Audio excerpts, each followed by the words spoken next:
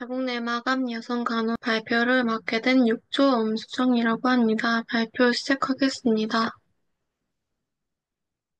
목차로는 비판적 사고 훈련, 비판적 사고 중심 학습, 비판적 사고 중심 간호 실무, 간호 실무 능력 평가 관련 정보가 있겠습니다. 사례를 살펴보겠습니다. 여성은 59세로 폐경 후 비정상적인 질출혈과 질 분비물이 증가하고 하부 통증이 있어 내원하였습니다.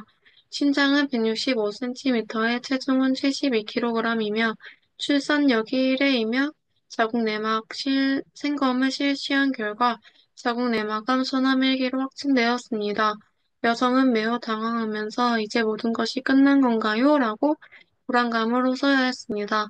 담당 의사는 치료를 위해 근치 자궁 절제술을 권하였고 여성은 간호사에게 나는 고혈압으로 치료를 계속 잘 받아오면서 운동을 열심히 하겠다고 생각했지만 질출혈이 있다고 해서 암일 것이라고는 전혀 생각하지 못했어요 라고 말을 하였습니다. 여성은 자궁 절제술로 인해 여성으로서의 기능이 상실될 것을 걱정하고 있었습니다. 이로 인한 위험 요소를 말씀드리겠습니다. 첫 번째, 폐경 후 여성입니다. 두 번째, 저상과력. 세 번째, 체중 72kg에 키 165cm. 네 번째, 고혈압. 다섯 번째, 질출혈 증상입니다. 이에 대한 위험 요소 내용은 폐경 후 자궁 내막암의 발병률이 증가하며 출산 횟수가 적을수록 위험이 증가합니다.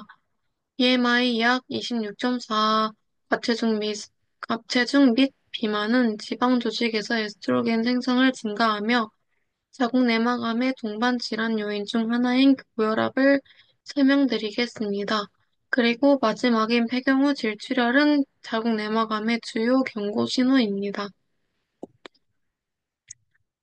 이로 인한 간호 진단을 설명하겠습니다. 첫 번째는 급성 통증, 두 번째는 출혈 위험성, 세 번째는 지식 부족, 네 번째는 불안, 다섯 번째는 신체성 변화에 대한 두려움이 있습니다. 이에 대한 간호 진단에 따른 간호 중재를 설명드리겠습니다.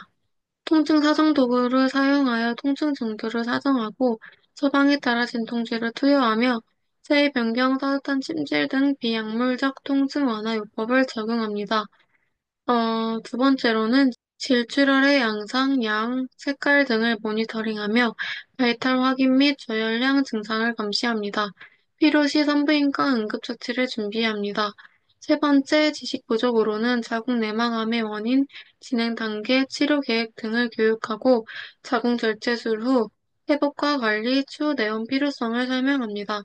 네 번째, 불안으로는 경청과 공감으로 감정적 지지를 제공하고 치료 성공률, 조기 진단의 중요성에 대한 긍정적 정보를 제공합니다. 다섯 번째, 신체상 변화에 대한 두려움으로는 수술 후 신체 회복 과정에 대해 교육하고 자궁 절제 후 여성성에 대한 오해를 바로잡을 수 있도록 정보를 제공합니다.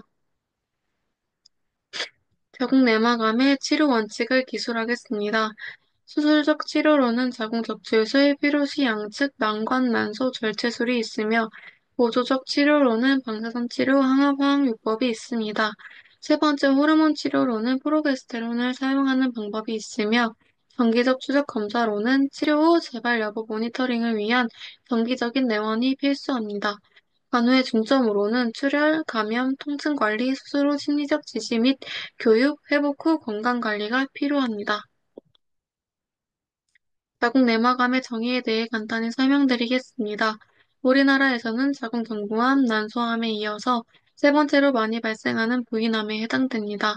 자궁 내막암은 조직학적 특성에 따라 자궁 내막 양성 암종, 요두상, 장액성 암종, 점액 암종, 평평성비 암종, 혼합 암종, 미분화 암종으로 분류됩니다.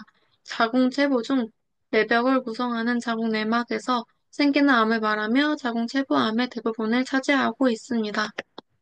진단 방법으로는 초음파 검사, 자궁 내막 생검, 자궁경 검사가 있으며 및 골반 CT, MRI, 혈액 검사, 핵의학 검사가 있습니다.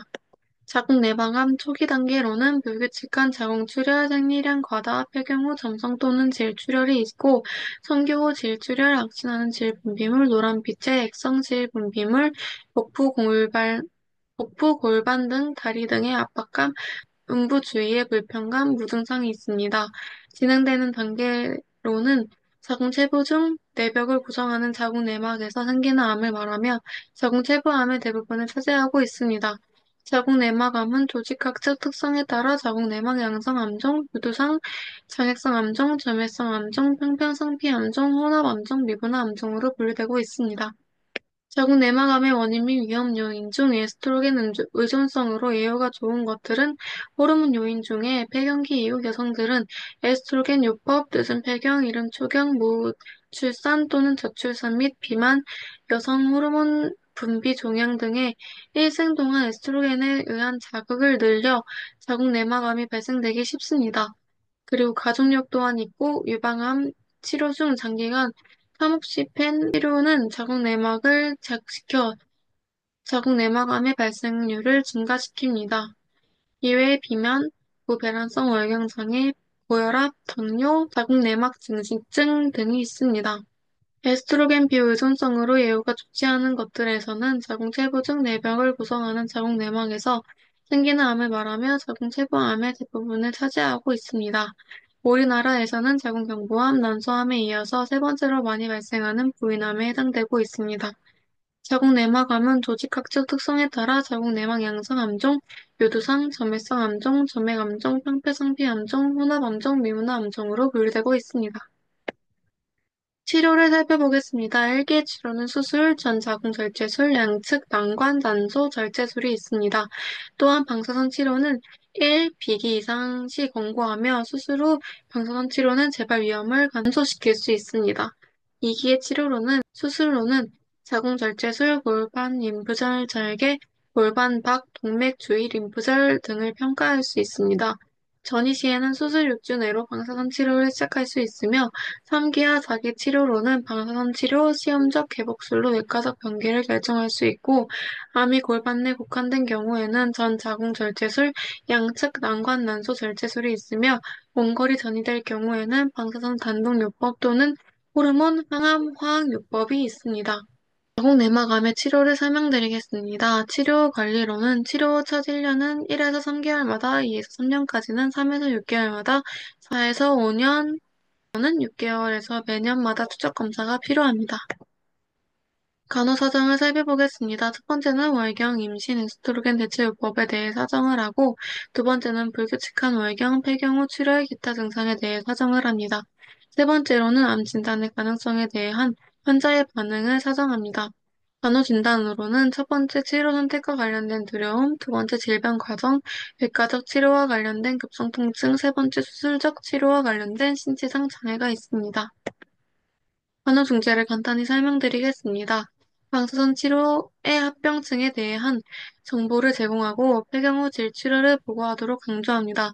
치료에 대한 반응과 암 확산을 감시하기 위해 추후 관리의 중요성에 대해 설명하고 옷이나 화장 등 가능한 방법을 통해 외모에 자신감을 갖도록 합니다. 간호의 평가로는 진단과 선택한 치료에 대해 이해함을 말로 표현하며 통증 완화를 말로 표현합니다. 불안감 감소와 결정을 내리는 능력이 증진되었음을 보고하며 외모와 여성성에 대해 계속적인 관심을 보입니다. 불규칙한 질출혈로 내원한 60세 여성은 자궁내막 생검 결과 소남으로 진단받았다. 여성이 자궁내막암에 취약한 위험 요소가 아닌 것은 정답은 3번 5명의 자녀를 두고 있는 다산부입니다. 다산은 위험 요소가 아닌 보호 요인이고 나머지 것은 에스트로겐 노출 기간 증가로 위험 요소이거나 유전적인 요인은 위험 요소가 될 수 있습니다.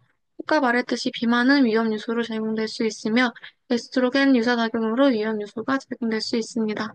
두 번째, 위의 여성이 자궁내막암 진단이 지연되었을 때 생길 수 있는 증상으로는 3번 배뇨곤란입니다. 암 진행 시 방광 압력으로 인해 생기는 증상이며 나머지는 정상 생리적인 현상이거나 비관련 증상 또는 폐경 관련 증상이거나 암 자체와 무관한 증상을 말합니다. 위의 여성은 자궁내막암 2기로 진단받고 전자궁 적출술과 림프절 절제술을 시행했고 보조적 외부 방사선 요법을 시행하였습니다. 여성이 방사선 치료로 인해 가질 수 있는 합병증으로 정답은 2번 질협착입니다. 이유는 방사선 치료 부위의 점막 섬유화로 발생되기 때문이고 다른 것들은 전신 항암제에 관련된 부작용이거나 주로 유방암, 림프절 제거 후 발생되는 질환이거나 상지 관련 질환 또는 항암제, 당뇨 관련된 내용들입니다. 위에 여성에게 간호사가 퇴원 후 교육해야 할 내용에 대한 답은 지속되는 출혈, 점적 출혈이 있으면 바로 내원하십시오입니다. 이유는 출혈 발생 즉시 병원에 방문해야 되기 때문이고, 다른 것들에 대한 답은 단정적인 표현은 부적절한 표현이 될 수 있거나, 지방이 높은 시기를 드시라는 것은 정답이 아니고 저지방 시기를 권장하고 있습니다. 그리고 3번은 재발 방지를 위한 추적 검진이 필요하며, 마지막 5번으로는 질염 감염의 우려가 있어 수술 후 통목욕은 지양해야 합니다. 관련 정보 설명해 드리겠습니다. 자궁 내막암 진행 단계는 아까 설명해 드렸다시피 1기와 4기로 나누면 세포의 변화 정도인 조직 분화도에 따라 분화도 1부터 분화도 3으로 구분할 수 있습니다. 그리고 분화도가 낮을수록 암세포의 분열 및 전이 속도가 느리며 분화 속도가 높을수록 생존율이 감소하며 재발률이 낮습니다. 이에 대한 분화도 G1, 분화도 G3에 대한 내용이며 각각 설명해 드리겠습니다. 사진과 함께 보시면 좋을 것 같습니다. 5% 혹은 그 이하의 비편평성 혹은 비상시 배성 성장 형태를 말하고 5에서 50%의 비편평성 혹은 비상시 배성 성장 형태를 말합니다. 50% 이상의 비평평성 혹은 비상시 배성 성장 형태를 말하는 분화도 G3까지 있습니다. 이상 6조 발표를 마치겠습니다. 감사합니다.